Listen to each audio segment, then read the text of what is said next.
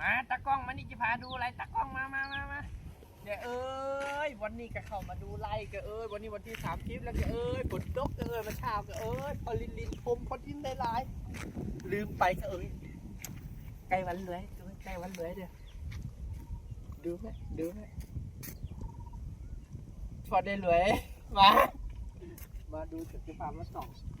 ขอเลขดิขอเลขตรงนี้มาเด้อจะทำ2เลข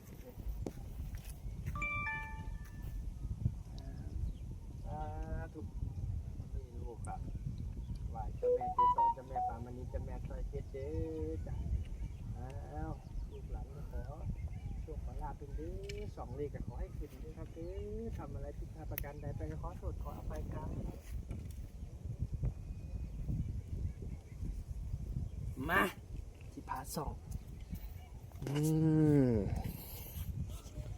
ดูเด้อตาใครดีก็ดูเอาเด้อดูเอาเห็นยังฉันเห็นแล้วเด้อเห็นยังแกเห็นยังฉันเล็งแป๊บเดียวเห็นปุ๊บเลยเด้ดิน่ะเมืองเกิงเลยก็